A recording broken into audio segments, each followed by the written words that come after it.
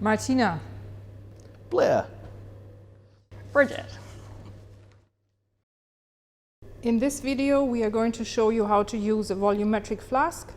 These are used to create solutions of an exact known concentration. Volumetric flasks come in a variety of sizes which are printed on the sides. Partway up the neck of the flask there is a line. Fill the flask exactly to this line to achieve the correct volume.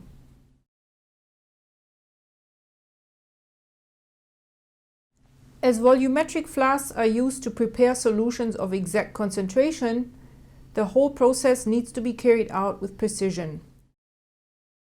Dispense an exact volume of concentrated solution into the volumetric flask.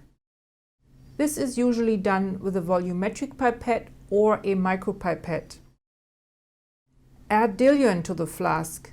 Here we're using distilled water. Fill the volumetric flask to about 2/3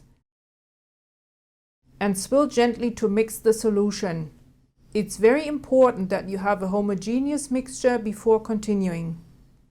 Start to add the diluent in a more controlled manner as you approach the line. Use a dropper to reach the correct volume. This should be carried out at eye level. Cap the flask and invert several times to ensure you have a well-mixed solution.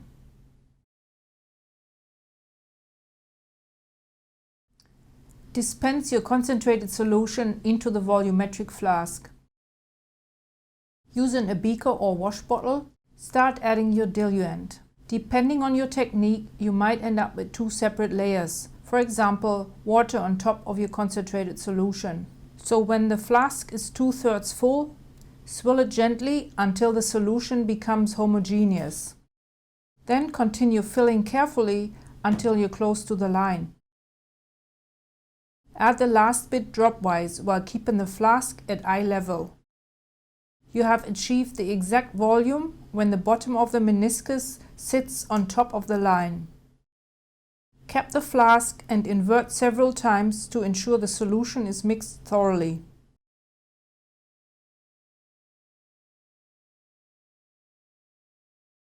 After inverting the flask, the bottom of the meniscus may be lower than the line.